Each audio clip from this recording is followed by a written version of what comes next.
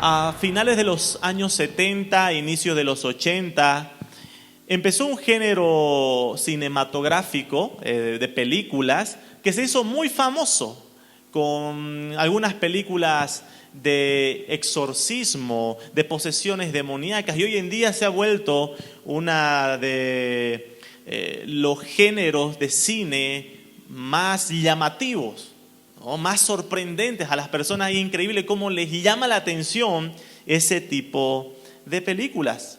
Bueno, tristemente, tanto la película como el conocimiento común dentro de incluso muchas iglesias ha generado una mala información con respecto a los demonios, con respecto a las posesiones demoníacas y todo ese tipo de cosas. Hay algo que hay que aclarar. No nos vamos a ir al otro extremo de decir, esas cosas no existen. El apóstol Pablo nos señala en Efesios capítulo 6 que nosotros no tenemos una lucha contra sangre y carne, sino contra huestes espirituales de maldad. La existencia de un mundo espiritual es verdadera, ¿no? Hay una creación visible y hay una creación invisible. Colosenses capítulo 1, versículo 16 nos dice que en Él, en nuestro Señor Jesucristo, fueron creadas todas las cosas, visibles e invisibles. Hay cosas que nosotros no vemos, pero que eso no necesariamente niega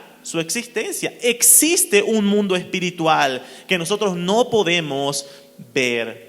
Pero tristemente en nuestros tiempos eso se lo ha llevado a un extremo en muchas iglesias, que ahora a todo, absolutamente a todo, le llaman espíritus malignos o espíritus de maldad. Hay el espíritu de flojera, el espíritu de borrachera, el espíritu de mentira, el espíritu de enfermedad, y así, todo es espíritu, espíritu, espíritu. Bueno, según estas corrientes doctrinales, todo tipo de enfermedad, vicio, etcétera, etcétera, es una manifestación de un espíritu maligno obrando en aquella persona. A la luz de Lucas capítulo 8, versículos 26 al 39, estaremos estudiando esta figura que encontramos, ese pequeño título puesto en nuestras Biblias, el endemoniado gadareno. Y estaremos revisando sobre esta realidad espiritual, pero sobre todo estaremos viendo el gobierno de Cristo, incluso sobre las huestes espirituales de maldad. Y vamos a ver 3 puntos en esta mañana. Vamos a ver nuestro primer punto, un endemoniado que sale al encuentro. Punto número 2, la autoridad de Cristo sobre todo. Y punto número 3, reacciones ante el poder de Cristo. Muy bien, hermanos, les invito a que abramos nuestras Biblias en el Evangelio de Lucas capítulo 8. Lucas capítulo 8. Y vamos a ir dando lectura primeramente al versículo 26. Versículo 26 dice, y arribaron a la tierra de los Gadarenos, que está en la ribera opuesta a Galilea.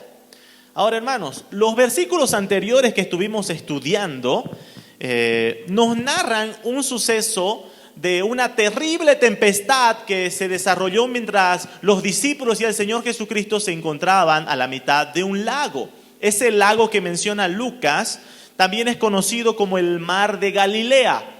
Así que todo ese evento, ese suceso de la gran tempestad se desarrolla en ese lago, en ese mar de Galilea.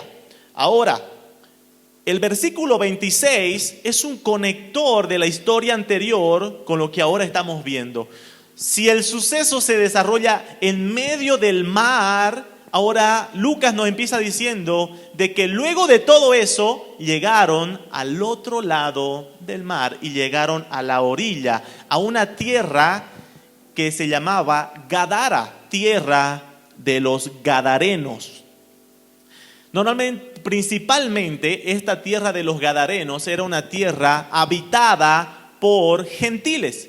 ¿Quiénes son los gentiles? Los gentiles son personas que no pertenecen a la familia judía, ¿no? Al pueblo de Israel. A ellos se lo conoce como gentiles. Así que los Gadarenos mayormente eran gentiles. Versículo 27, seguimos viendo. Al llegar Él, nuestro Señor Jesucristo, a tierra, vino a su encuentro un hombre de la ciudad. Bueno, Lucas nos empieza a decir que en cuanto la barca llega a la orilla, ellos bajan y desde ese momento apareció un hombre al encuentro del Señor Jesús y sus discípulos. Ahora, en el versículo 27, Lucas va a describirnos la condición de este hombre, porque no era un hombre cualquiera, era un hombre que tenía características distintivas que nos va a decir Lucas. Un paréntesis, amados hermanos, para aclarar quizás algo. Esta misma historia la encontramos tanto en el Evangelio de Mateo como en el Evangelio de Marcos. En el Evangelio de Mateo se nos dice de que eran dos personas, pero Lucas y Marcos coinciden en que eran uno. Esto no necesariamente significa que hay una contradicción en las Escrituras. Por alguna razón, Lucas está haciendo el énfasis en uno de estos. Entonces, simplemente eso como un paréntesis para aclarar que quizás que alguna vez usted se encuentre con esa realidad al leer esta misma historia en el Evangelio de Mateo. Así que, ¿cuáles las características de este hombre? ¿Qué nos dice Lucas sobre este hombre que salió al encuentro del Señor Jesús y sus discípulos? La primera descripción que nos da Lucas sobre este hombre es que era un hombre endemoniado. Versículo 27 dice: vino a su encuentro un hombre de la ciudad endemoniado. ¿Qué significa la palabra endemoniado? La palabra endemoniado simplemente significa poseído por un espíritu inmundo. Poseído por un espíritu inmundo. Ahora nos hacemos otra pregunta. ¿Qué es un espíritu inmundo? ¿Qué es un demonio o un espíritu inmundo? Bueno, la Escritura, en primer lugar, nos va a decir que un espíritu inmundo o un demonio es un ángel. Es un ángel. Apocalipsis capítulo 12, versículo 9. Apocalipsis capítulo 12, versículo 9 dice: y fue lanzado fuera el gran dragón, la serpiente antigua, que se llama Diablo, Satanás, el cual engaña al mundo entero. Fue arrojado a la tierra y sus ángeles fueron arrojados con él. Así que cuando hablamos de demonios, cuando hablamos de espíritus inmundos, estamos hablando de ángeles. Son ángeles. Ahora, la Escritura nos va a seguir dando características sobre estos ángeles.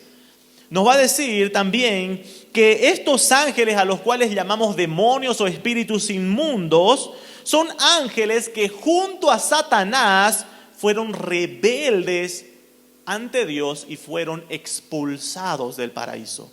Judas 1:6. Judas versículo 6 dice: y a los ángeles que no guardaron su dignidad, sino que abandonaron su propia morada, los ha guardado bajo oscuridad en prisiones eternas para el juicio del gran día. Así que estos ángeles fueron aquellos que se rebelaron con Satanás ante Dios y fueron expulsados y fueron separados para un día ser juzgados en el gran día del juicio. Entonces estamos viendo de que esta persona estaba poseída por un ángel que la Escritura nos va a presentar que son espíritus inmundos, ángeles rebeldes, ángeles caídos, ángeles que fueron expulsados por Dios.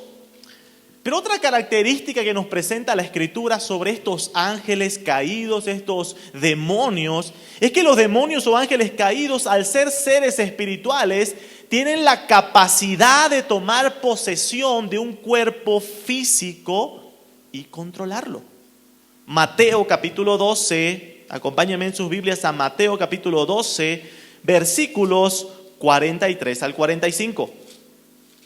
Mateo 12, versículos 43 al 45, dice así: cuando el espíritu inmundo sale del hombre, anda por lugares secos, buscando reposo y no lo halla. Entonces dice: volveré a mi casa de donde salí, y cuando llega la halla desocupada, barrida y adornada, entonces va y toma consigo otros 7 espíritus peores que él, y entran, moran allí, y el postrer estado de aquel hombre viene a ser peor que el primero. Así también acontecerá a esta mala generación. Entonces, amados hermanos, algo que nos aclara la Escritura es que los seres espirituales, estos ángeles caídos, tienen la capacidad de entrar en un cuerpo físico y morar en él y controlarlo.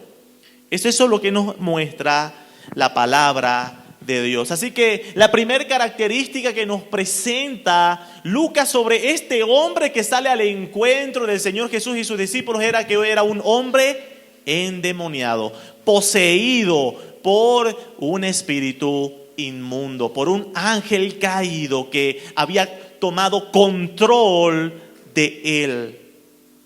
Volvemos a Lucas capítulo 8.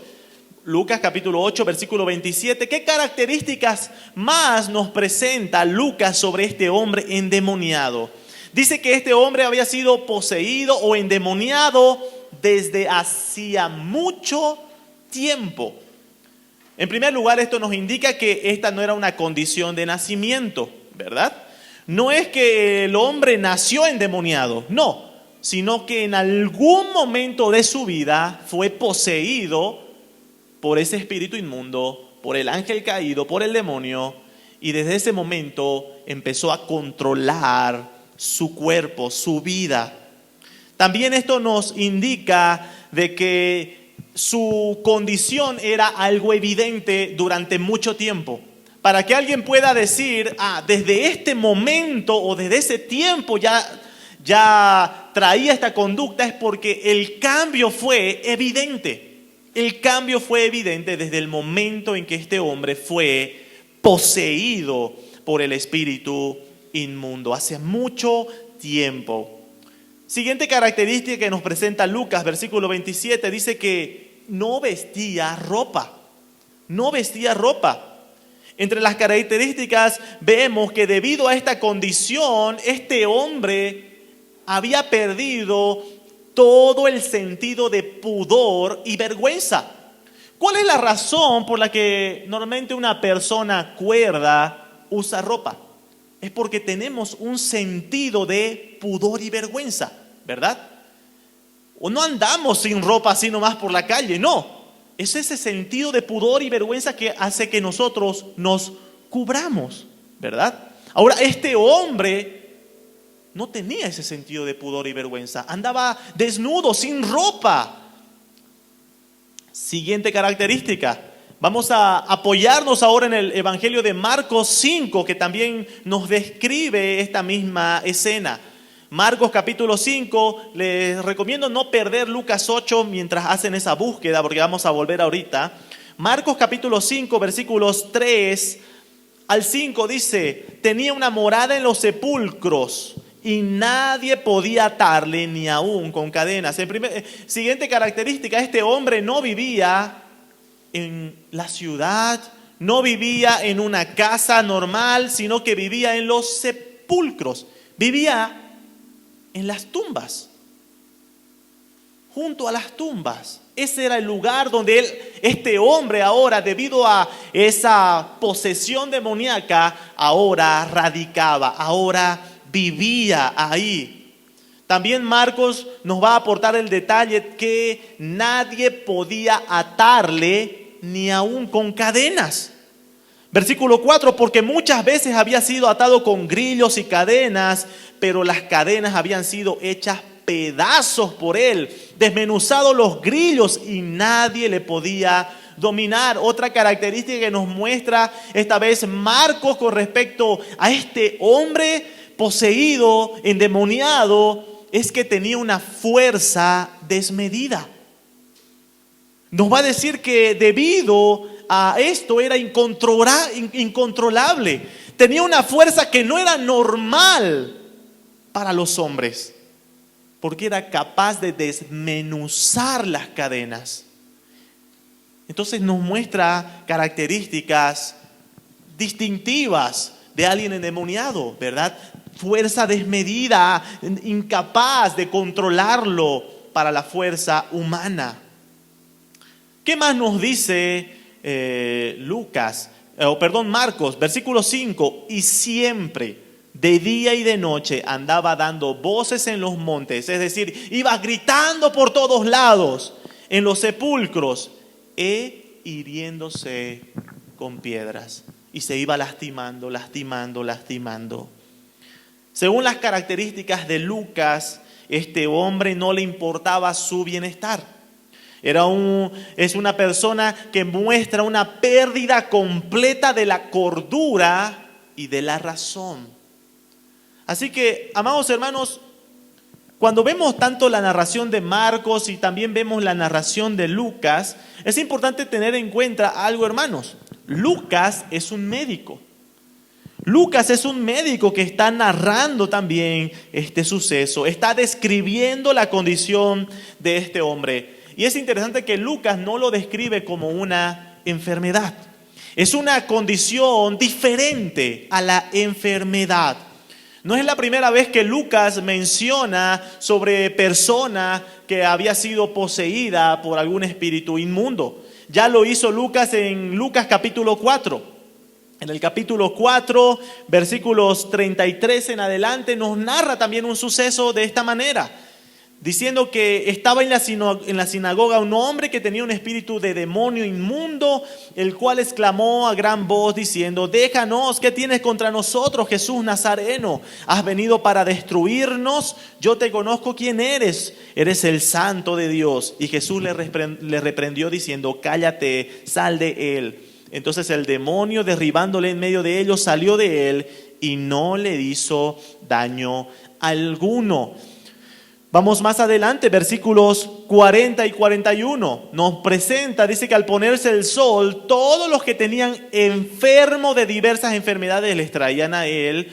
Y el Señor Jesucristo, poniendo en él sus manos sobre cada uno de ellos, los sanaba.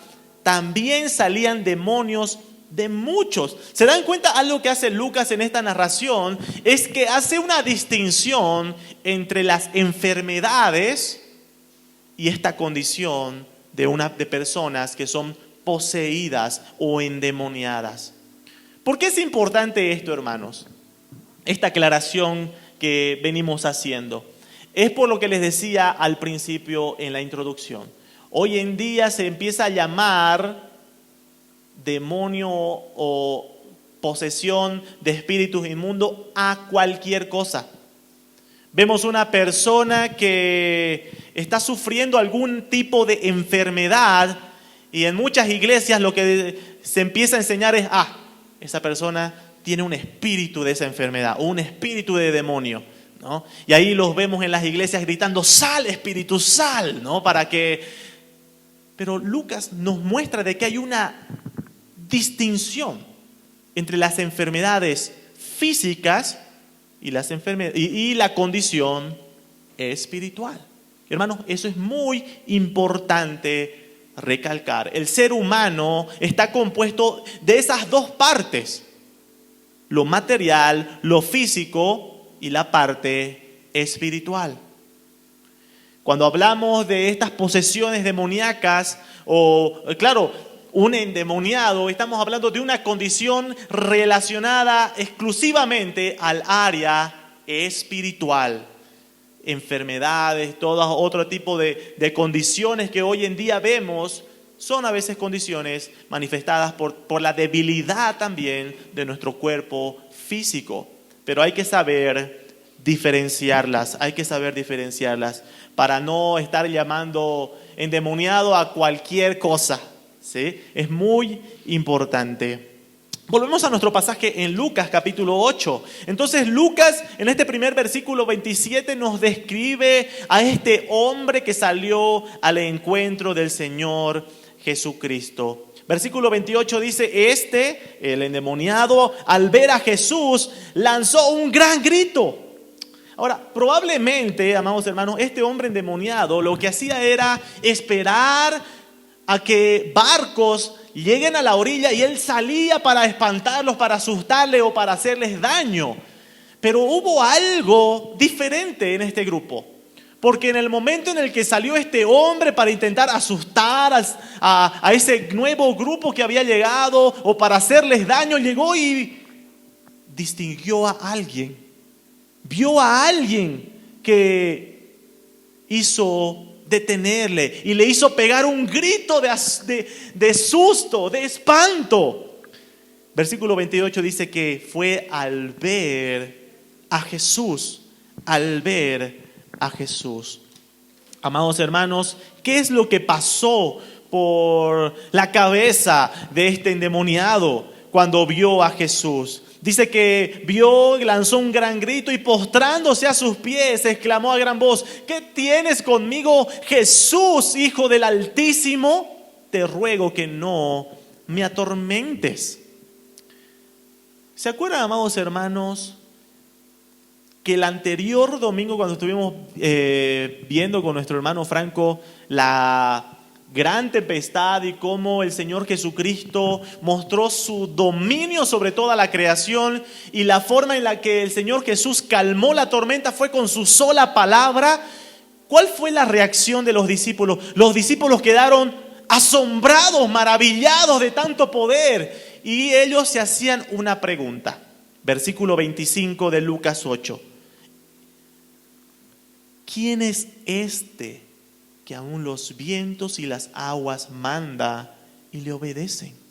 Los discípulos, al ver tremendo poder de autoridad y gobierno sobre la creación, se hacían una pregunta sobre la identidad de Jesús. ¿Quién es este que tiene tanto poder? Bueno, ¿saben qué algo, amados hermanos? Este endemoniado les responde la pregunta, ¿sí? Los discípulos se estaban preguntando: ¿quién es este? ¿Quién es este? Y este endemoniado sabía quién es Jesús. Sabía perfectamente la identidad del Señor Jesús. Versículo 28. ¿Qué tienes conmigo, Jesús, Hijo del Dios Altísimo? Hijo del Dios Altísimo. Este mismo título, Hijo del Dios Altísimo, es el mismo título que el ángel Gabriel, cuando vino a hacerle el anuncio a María, ¿verdad? Y le dijo: tú darás a luz un hijo. Y le dijo que ese hijo sería llamado el Hijo del Dios Altísimo. Amados hermanos, este demonio, el endemoniado, sabía perfectamente y correctamente quién era Jesús, la verdadera identidad de nuestro Señor Jesucristo. Quiero que me acompañen a ese pasaje de Lucas capítulo 1, versículo 33, porque ese anuncio del ángel Gabriel a María nos describe un poquito de a qué se refiere este título, el Hijo del Dios Altísimo. Lucas capítulo 1, versículo 31 al 33. Dice: y ahora concebirás en tu vientre y darás a luz un hijo, y llamarás su nombre Jesús. Este será grande y será llamado Hijo del Altísimo. Y el Señor Dios le dará el trono de David su padre, y reinará sobre la casa de Jacob para siempre, y su reino no tendrá fin. Amados hermanos, este título, el Hijo del Dios Altísimo, el ángel Gabriel lo relaciona a aquel trono, a aquel dominio y potestad que el Padre le había otorgado al Hijo amado, Entonces, amados hermanos, cuando nosotros vemos la reacción de este endemoniado, de gritar de espanto, de miedo, y empezar a rogarle al Señor Jesús: oh Hijo del Dios Altísimo, no me atormentes. ¿Saben por qué? Porque ese endemoniado sabía de que a él, al Señor Jesucristo, se le había otorgado el trono y todo el dominio para juzgar a toda criatura. Ellos sabían cuál era la verdadera identidad del Señor Jesucristo. Es interesante cuando vemos nosotros, hermanos, este suceso, se me viene a la mente aquel pasaje de Santiago, capítulo 2, versículo 19. ¿Qué dice Santiago, capítulo 2, versículo 19? Santiago 2, 19 dice: ¿tú crees que Dios es uno? En otras palabras, Santiago te está haciendo la pregunta: ¿tú crees en Dios? ¿Crees en Dios? Y luego Santiago dice: bien haces. O sea, es lo correcto, que creas en Dios es lo correcto, está bien. Pero recuerda, también los demonios creen y tiemblan. Los demonios saben quién es Jesús. Los demonios saben correctamente quién es Jesús. Y porque saben quién es Jesús, ellos tiemblan. Tiemblan. Es por eso la reacción de este hombre. Y un pequeño paréntesis: ¿cuántas personas dicen creer en Dios, pero no tienen nada de temor a Dios? Ni un poquito. Y hasta los demonios, que nosotros decimos que son seres espirituales de maldad, los más malignos, pero ellos tiemblan ante Dios. ¿Tú tiemblas ante Dios? ¿Tienes temor de Dios, por lo menos? Cerramos paréntesis. Así que, amados hermanos, este endemoniado se encontraba temblando ante el Creador del universo. Se encontraba temblando ante el Hijo del Dios Altísimo, aquel a quien se le había dado toda potestad para juzgar. Y es por eso que le decía: no me atormentes, no me atormentes. En el Evangelio de Mateo, el otro evangelio paralelo que cuenta esta historia, quiero que me acompañen, Mateo 8, nos cuenta otras palabritas que este endemoniado también dijo. Mateo 8, versículo 29. Y clamaron diciendo: ¿qué tienes con nosotros, Jesús, Hijo de Dios? ¿Has venido acá para atormentarnos antes de tiempo? ¿Antes de tiempo? Algo que nos deja en claro la reacción de este endemoniado es que los demonios saben que van a ser atormentados. Saben de que va a haber un tiempo, que hay un tiempo señalado, un día señalado en el cual van a ser juzgados. Amados hermanos, cuando el apóstol Pablo dice que nos encontramos en una batalla espiritual, no es que estamos en una batalla en la que está la incertidumbre de al final ¿quién irá a ganar la batalla? No, está decretado de que la victoria es de Dios. No hay nada ni nadie que pueda cambiar aquello. No hay quien puede ir en contra del Dios soberano, el Dios todopoderoso. Así que, amados hermanos, no es que está la incertidumbre. ¿Será que Satanás y sus demonios pueden arruinar los planes a Dios? ¿Pueden derrotarlo de alguna manera, hermanos? No. Los demonios saben de que van a ser atormentados. Saben que hay un día señalado para el juicio, para que ellos sean enviados al abismo.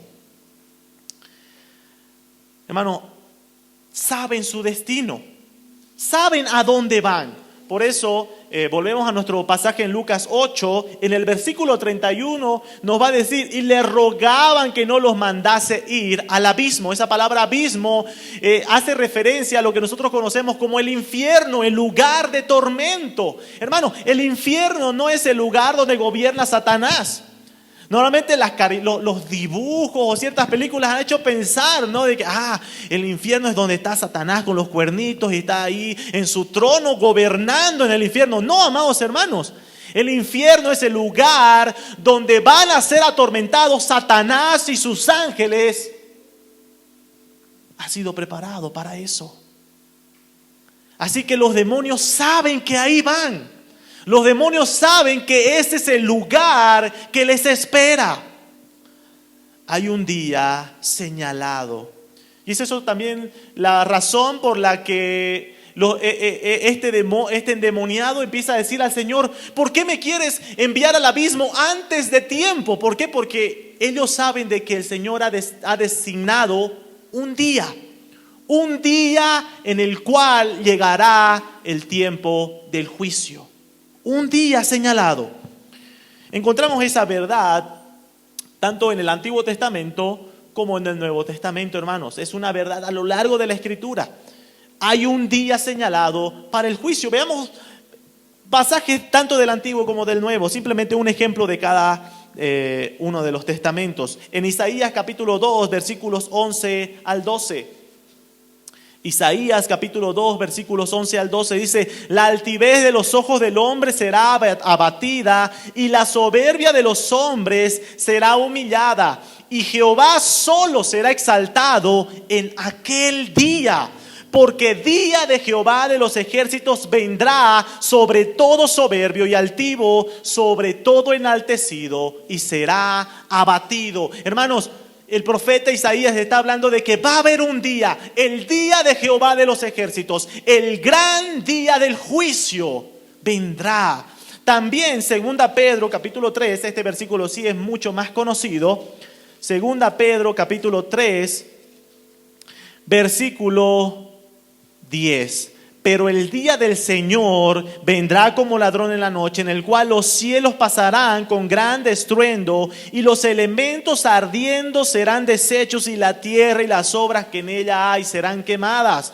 Puesto que todas estas cosas han de ser deshechas, ¿cómo no debéis vosotros andar en santa y piadosa manera de vivir, esperando y apresurándoos para la venida del día de Dios, en el cual los cielos encendiéndose serán deshechos y los elementos quemados se fundirán?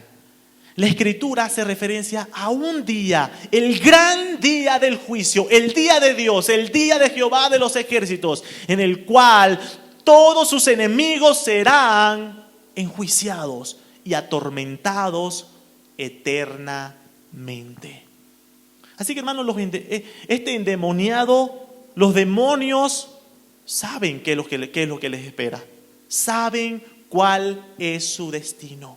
Y es por eso que el terror al ver al Señor Jesús, es por eso que le rogaban y le decían: ¿por qué nos quieres enviar al abismo antes de tiempo?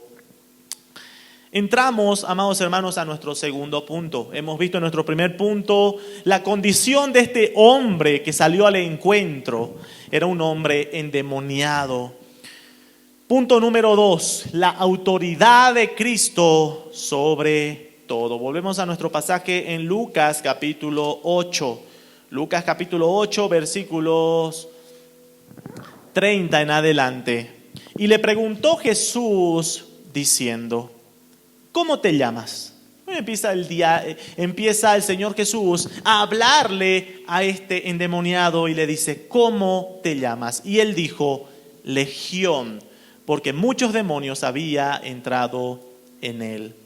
La palabra legión es un término militar que hace referencia a un grupo de soldados que está compuesto entre 4.200 soldados a 6.000 soldados.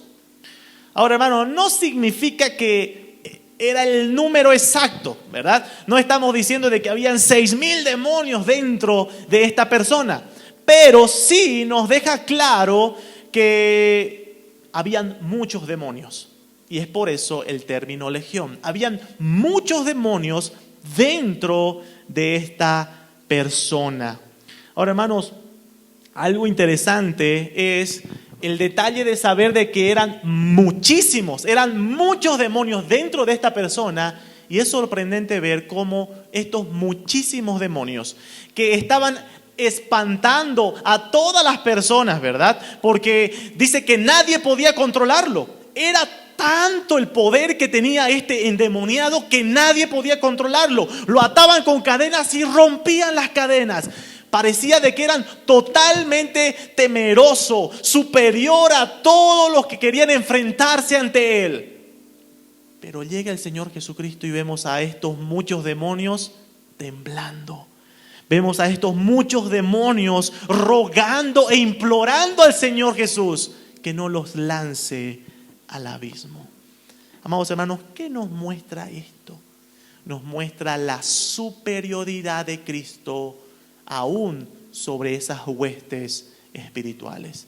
Hermanos, puede ser que para nosotros sea sorprendente o para que el ser humano, todo lo relacionado a ese mundo espiritual sea sorprendente y glorioso. Incluso cuando el apóstol Juan, en su visión de Apocalipsis, dice que vio a uno de esos ángeles, su reacción de miedo, ¿cuál fue? Fue postrarse delante del ángel, ¿verdad? Por esa reacción de miedo al ver algo tan glorioso, mucho más glorioso que el ser humano. Pero hermanos, nuestro Señor Jesucristo es mucho más, muchísimo más superior en gloria, en poder a cualquier hueste espiritual. El escritor a los Hebreos en el capítulo 1, desde el versículo 5 al 14, va a hablar de cómo el Hijo amado, el Hijo eterno, es infinitamente superior a los ángeles. Es infinitamente superior a los ángeles. Efesios capítulo 1, versículos 19 al 23, nos habla de la posición a la que el Padre ha puesto al Hijo amado. Efesios capítulo 1, versículos 19 al 23 dice: ¿y cuál la supereminente grandeza de su poder para con nosotros los que creemos, según la operación del poder de su fuerza, la cual operó en Cristo, resucitándole de los muertos y sentándole a su diestra en los lugares celestiales?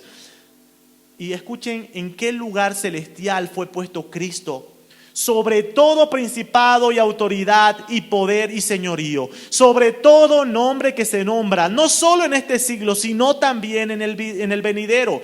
Y sometió todas las cosas bajo sus pies y lo dio por cabeza sobre todas las cosas a la iglesia. Cristo fue puesto, Cristo está en una posición sobre todo lo existente. No hay nada ni nadie que se compare ante Él. Y es por eso sorprendente, hermanos, ver el detalle de legión, muchísimos demonios que al ser humano le causa terror, pero ante la sola presencia de Cristo, estos muchos demonios lo único que podían hacer era temblar y rogar que no sean enviados en ese momento al abismo. ¿Qué más nos muestra el pasaje? Volvemos a Lucas capítulo 8, sigamos avanzando. Lucas 8, versículo 31 en adelante. Le rogaban que no los mandase ir al abismo. Y había allí un hato de muchos cerdos que pacían en el monte. El Evangelio de Marcos, capítulo 5, versículo 13, nos va a decir que ese hato de cerdos estaba compuesto por 2,000 cerdos. Habían 2,000 cerdos ahí que estaban siendo apacentados. Y le rogaron que los dejase entrar en ellos y les dio permiso.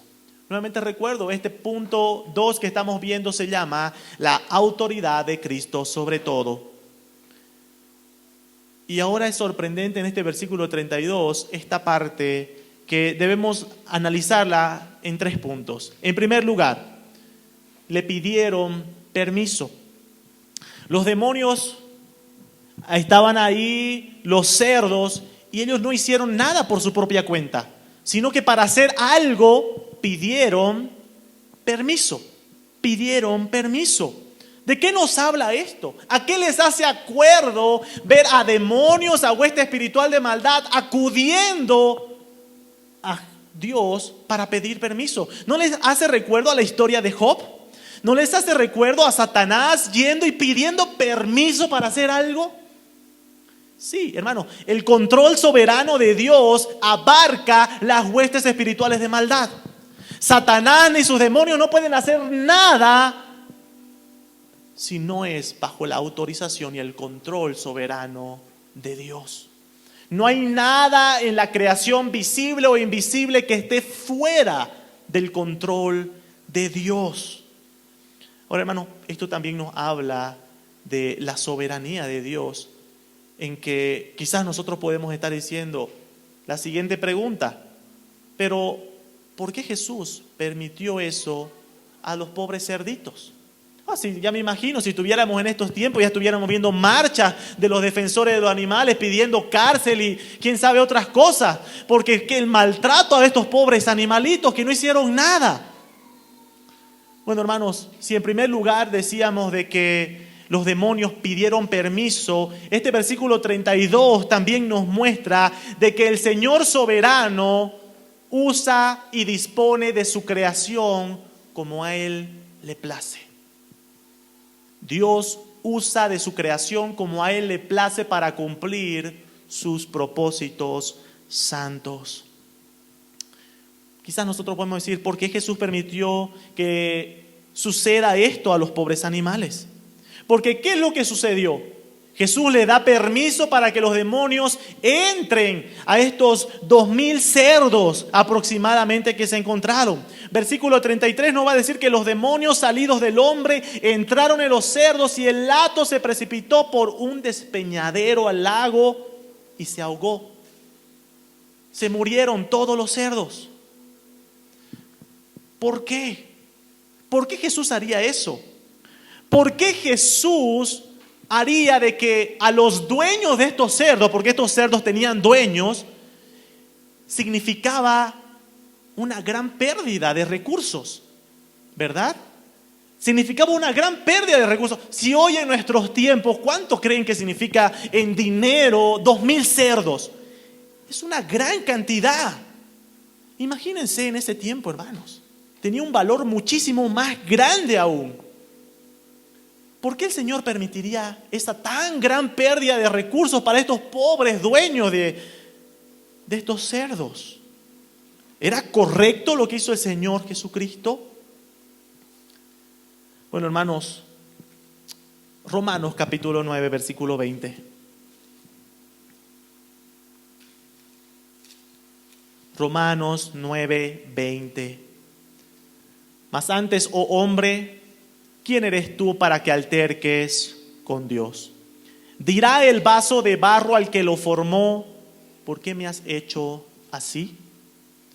¿Será que la creación, la criatura puede reclamarle al Creador, ¿por qué haces esto? ¿Acaso el Creador no tiene la potestad de hacer lo que Él quiera con su creación? Daniel capítulo 4. Daniel capítulo 4, versículo 35. Dice, todos los habitantes de la tierra son considerados como nada. Hermano, cuando nosotros leemos estos versículos podemos decir, ¡ah! ¿Esto es lo que piensa Dios? Sí, hermanos, porque Él es soberano.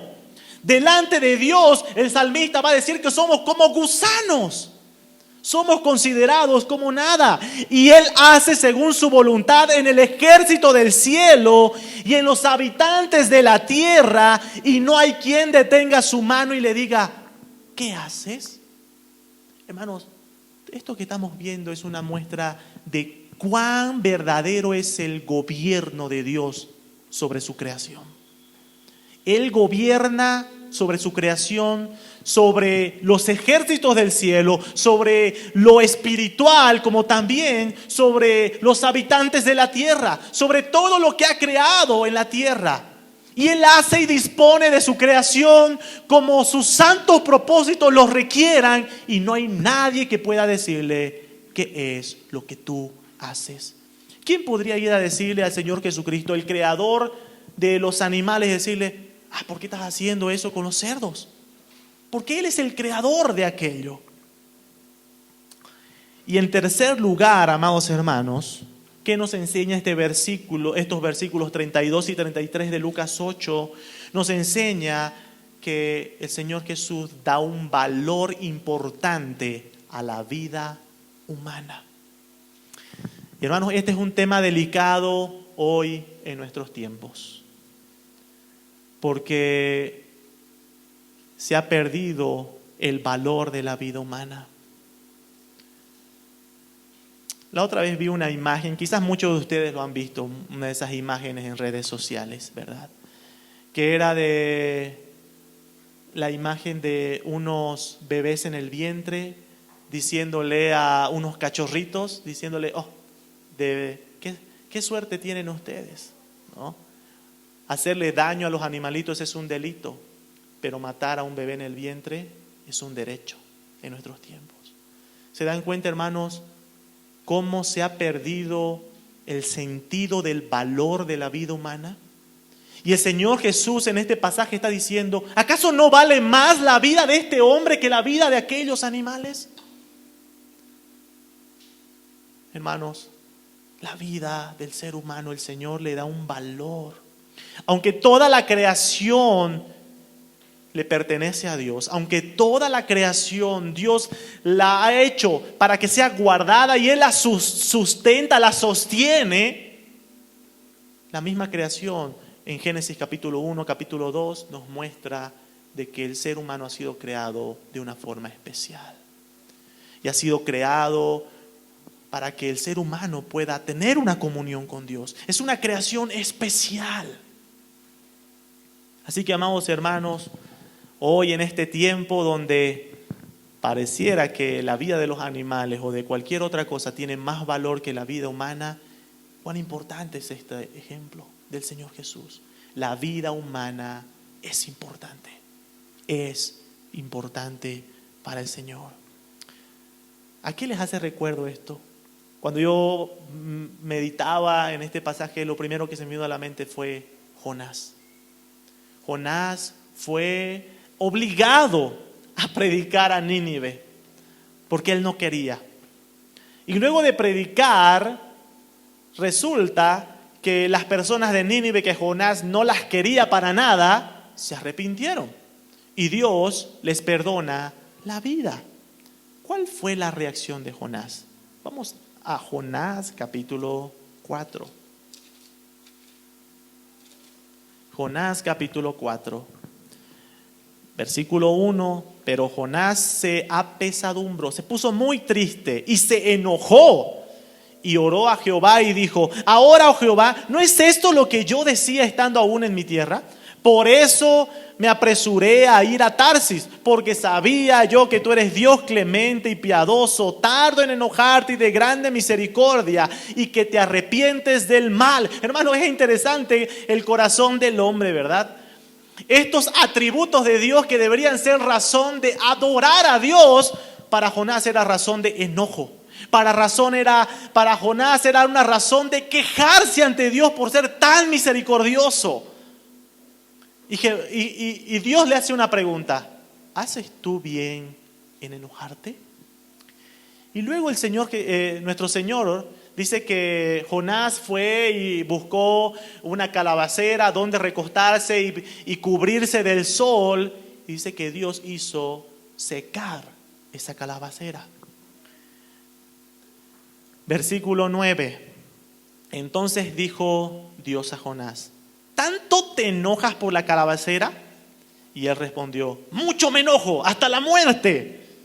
Y dijo Jehová: ¿Tuviste lástima de la calabacera? Y él respondió: no, tuviste tú lástima de la calabacera, en la cual no trabajaste, ni tú la hiciste crecer, que en espacio de una noche nació y en espacio de otra noche pereció. Y no tendré yo piedad de Nínive, aquella gran ciudad donde hay más de 220,000 personas que no saben discernir entre su mano derecha y su mano izquierda, y muchos animales. ¿Qué le enseñó Dios aquí a Jonás? Y le enseñó nuevamente el amor y el valor que para Dios tiene las almas, las personas que Él ha creado. Seguro los dueños de los cerdos iban a enojar mucho, y vamos a ver cuál es la reacción de los dueños de los cerdos más adelante, ¿no? Pero según ellos iban a decir: ¿cómo una gran pérdida era que se quede loco o era que siga así endemoniado? Para ellos no valía nada la vida de este hombre, pero para nuestro Señor Jesucristo sí. Hermanos, eso nos debe dar una gran importancia o una gran enseñanza, ¿verdad? ¿Qué es lo que más vale? ¿Lo material? ¿Las riquezas? ¿O la vida, el alma de una persona? Entramos a nuestro último punto, las reacciones ante el poder de Cristo. Volvemos a nuestro pasaje en Lucas. Lucas capítulo 8, versículos 34 en adelante. Y los que apacentaban los cerdos, cuando vieron lo que había acontecido, huyeron y dieron aviso en la ciudad y por los campos. La primera reacción que encontramos es de aquellos que apacentaban los cerdos. Ellos fueron testigos de ver cómo los cerdos salieron y se botaron por el despeñadero y se ahogaron. Así que la primera reacción que encontramos es de temor. Estas personas salieron huyendo, escapando de tanto miedo, impresionados, asustados de todo lo que vieron. Y dice que fueron anunciando, diciendo por toda la ciudad, contando todo lo que había sucedido. Ahora ahí nos pasamos a las siguientes reacciones. Las personas de la ciudad, en las cuales también estaban los dueños de los cerdos, fueron, versículo 35, y salieron a ver lo que había sucedido, y vinieron a Jesús y hallaron al hombre de que habían salido los demonios sentado a los pies de Jesús, vestido y en su cabal juicio, y tuvieron miedo. Y los que lo habían visto les contaron cómo habían sido salvado el endemoniado. Las personas que salieron de la ciudad escucharon simplemente, el endemoniado ya no está endemoniado. Y los cerdos se volvieron endemoniados y se murieron. Entonces todas estas personas salieron para comprobar si lo que habían escuchado era cierto. Y cuando salieron, dice que vieron, en la primera evidencia, vieron al que antes era endemoniado, lo vieron sentado en su juicio cabal, vestido con ropa. En segundo lugar, vemos de que no solamente vieron las evidencias, sino que les contaron cómo sucedieron las cosas. Escucharon el testimonio de cómo fue salvado este hombre. Hermanos, a pesar de todas las evidencias, a pesar del testimonio que ellos recibieron, ¿cuál fue la reacción de estas personas? Versículo 37. Entonces toda la multitud de la región alrededor de los Gadarenos le rogó que se marchase de ellos, pues tenían gran temor. ¿Por qué? ¿Por qué tuvieron esa reacción? ¿Por qué reaccionar pidiéndole a aquel que mostró tanto poder? ¿Por qué pedirle que se vaya? Tenemos una historia similar, por ejemplo, nosotros en Juan capítulo 4, con la mujer samaritana,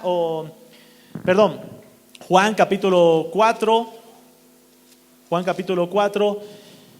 la mujer samaritana, el Señor Jesús se encuentra con esta mujer y le muestra cómo nuestro Señor Jesucristo conocía su pasado, su presente, conocía todo a detalle de esta mujer. Y esta mujer entró corriendo a la ciudad y empezó a decir a todos, he encontrado al Mesías, ha hecho esto, y empezó a hablar del poder de Jesús. Algo parecido a lo que estamos viendo con esto del endemoniado. Igual personas yendo y anunciando sobre el poder de Jesús. Versículo 40 de Juan capítulo 4, vemos una reacción diferente de estas personas. Entonces vinieron los samaritanos a él y le rogaron que se quedase con ellos. Cuando la reacción de los gadarenos fue, que se vaya de aquí. Pero aquí vemos a otras personas que sí entendieron la identidad de Cristo y dijeron, quédate con nosotros, por favor, quédate. Y Jesús se quedó allí con ellos. Y es interesante, versículo 42 dice, y decían a la mujer, ya no creemos solamente por tu dicho, porque nosotros mismos hemos oído y sabemos que verdaderamente ese es el Salvador del mundo, el Cristo. Qué reacciones diferentes, ¿verdad? Al contemplar el mismo poder, el mismo Cristo, vemos dos reacciones de tipos de personas.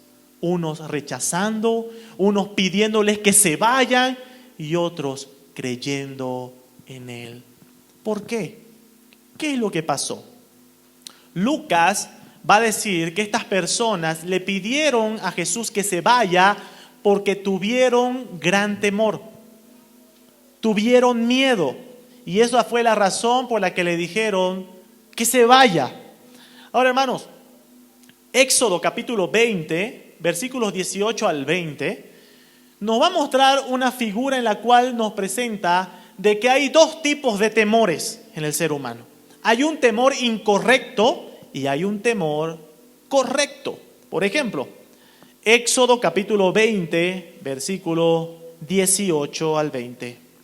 Cuando está Moisés recibiendo los 10 mandamientos y dice que, versículo 18, todo el pueblo observaba el estruendo y los relámpagos y el sonido de la bocina y el monte que humeaba, y viéndolo el pueblo temblaron y se pusieron de lejos y dijeron a Moisés: habla tú con nosotros y nosotros oiremos, pero no hable Dios con nosotros para que no muramos.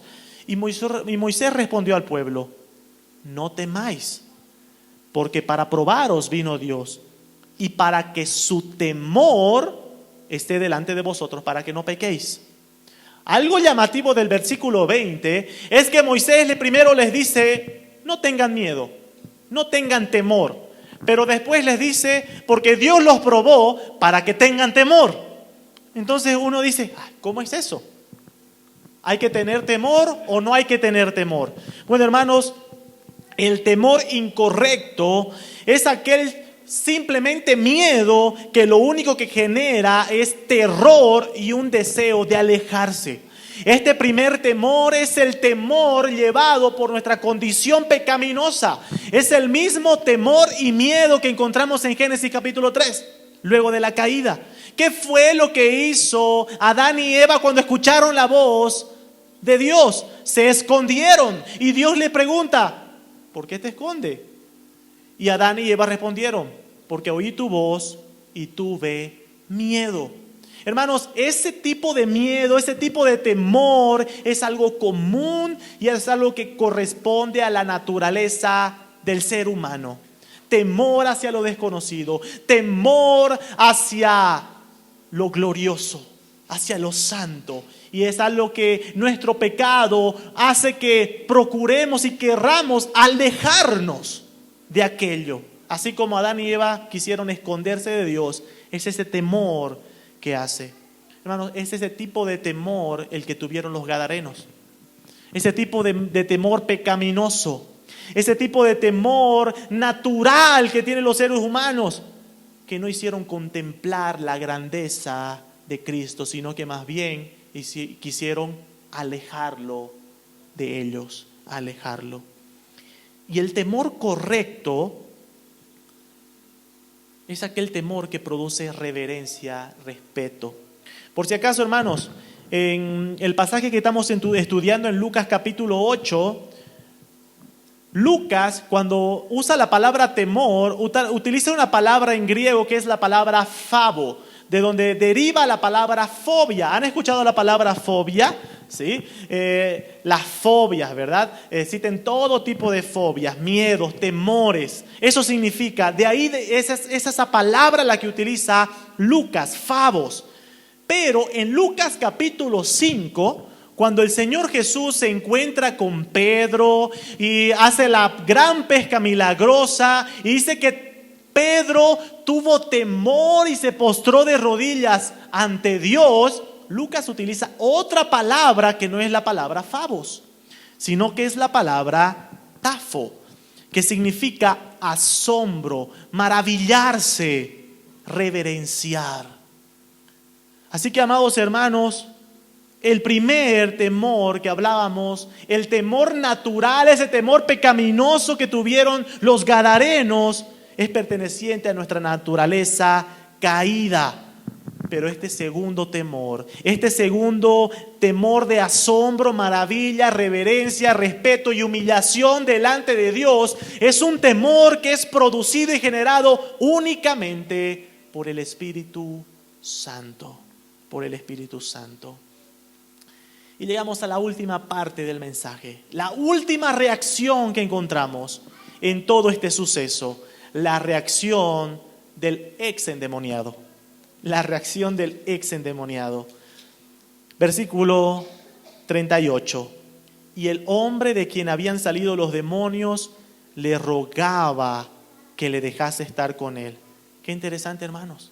Mientras las otras personas lo querían al Señor Jesucristo lo más lejos posible, este hombre que había sido salvado por el Señor Jesucristo no quería separarse del Señor Jesús. Le rogaba que lo dejase estar con él. Quiero estar contigo. Hermanos, esto nos muestra que aquel que ha sido salvado por el Señor Jesucristo debe tener esa reacción. Esa es la verdadera reacción de alguien que ha sido salvado por el Señor.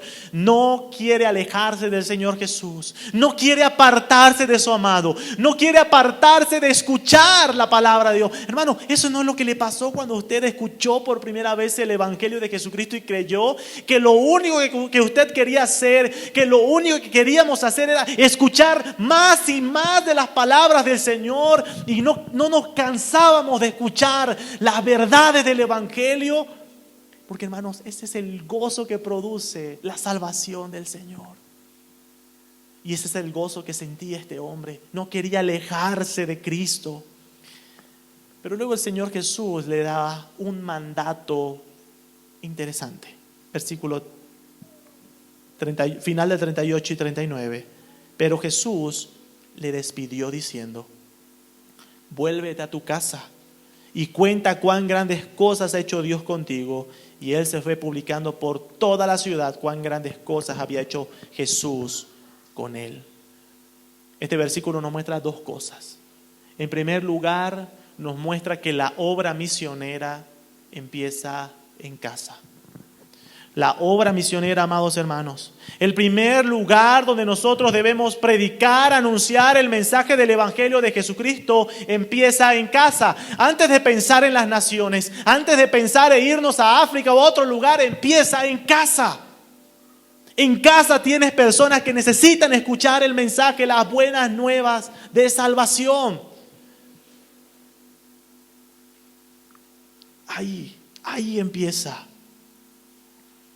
Pero también, amado hermano, hermana, este versículo nos muestra el desafío de ser obedientes a este llamado. ¿Cuál fue la reacción de este hombre al escuchar el mandato? ¿Será que él se puso triste? Porque cuando nosotros vemos el versículo 38, el deseo de este hombre no era quedarse en casa. Lo que este hombre quería era ir con Jesús donde él vaya, a cualquier lado. Pero Jesús le dice: no vas a hacer eso, te vas a quedar aquí y vas a anunciar aquí el mensaje del Evangelio. Vuélvete a tu casa. La reacción de este hombre no fue: oh, qué macana, yo quería irme a otro lado, qué tristeza. No, la reacción de este hombre fue de obediencia. Este hombre fue obediente y dice que él se fue publicando por toda la ciudad. Dijo: Señor, ¿me quieres aquí? ¿Quieres que me quede en casa? ¿Quieres que el primer lugar donde predique tu palabra, el Evangelio de salvación, es aquí? Entonces lo voy a hacer. Amado hermano, hermana, la obra misionera empieza con las personas que te rodean. Ahí es el primer lugar.